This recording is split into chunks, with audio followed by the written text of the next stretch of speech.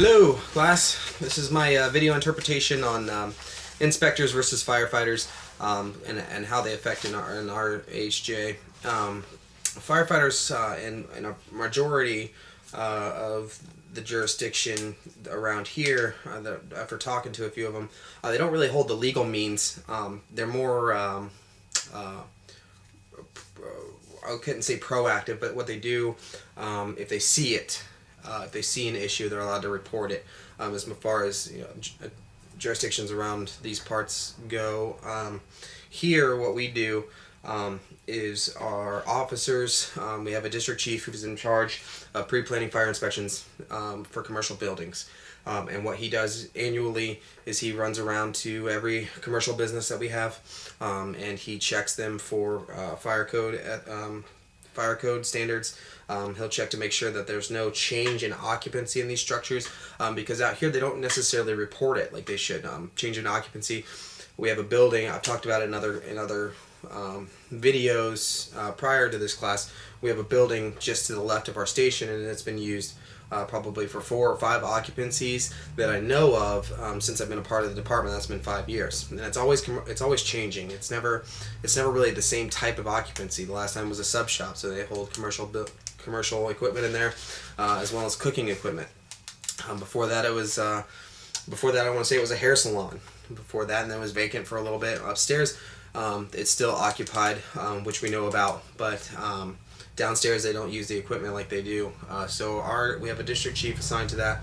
He's the local fire inspector just for our district. Hernando County, prior to district chief out here at the beach, used to came and do it. They had their own fire prevention program, and they came out here and did it. But we went ahead and enacted it and took over it. We follow just the same. I was talking to him. We follow just the same standards as Hernando County does, as far as commercial type buildings and structures and things of that nature. I went ahead and went with him to a local commercial business that he was actually just doing a pre-plan on.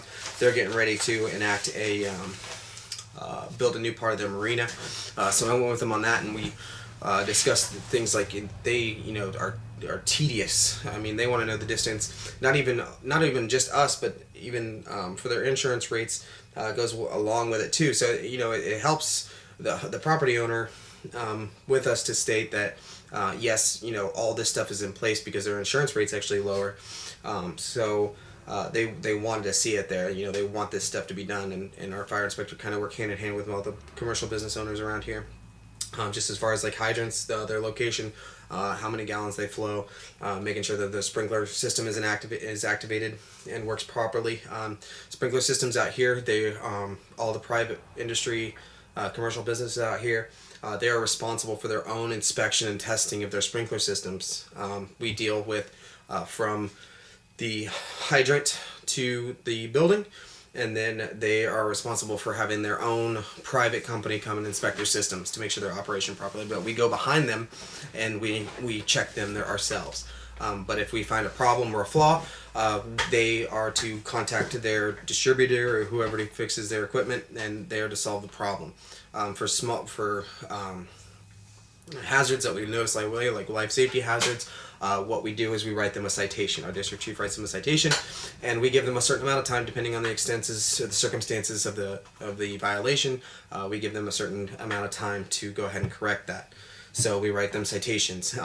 Things like burn bans, things like that. Then any illegal burns, our first due captain or first due officer on scene will enact a first verbal warning. It goes into our dispatch center, and then if we ever get any other complaints, things of that nature, law enforcement responds with us, and then we write them a citation for illegal burn bans, things of that nature. As far as life hazards go, again, we write them citations, and usually we give them, if it's a very, very strict life hazard, it's 24 hours you have to correct it, or a means to correct it. Then we'll extend you to a week from there, and then 30 days after that for little hazards. Most of the businesses around here are great. They come to us with questions. It's nice to learn. They invite us to their shops, so everybody is pretty willing. We have a couple places that don't really know the standards. It's not like they're not following directions or rules or laws, but they don't really know. We have a couple ALFs in our zone that are built like houses. Again, I talked about these two, and these ALFs, they don't really know. All they know is they have to have special equipment for their kitchen, and maybe a fire extinguisher that they found at Walmart. And we all know that Walmart fire extinguishers for that type of residential building, they're not, or for commercial building with that type of use, doesn't qualify. So we enact those standards. We try to be a little lenient. This is what you need to do, and we'll come back and we'll correct them. Not necessarily give them a citation right away, but we'll follow up with them and correct them on that nature. But as far as firefighters versus our district chief or our fire inspector in our zone, the firefighters are more than willing to lend their advice or hands, because it's one guy for 13 square miles, so he's got his hands full and he's out there every day.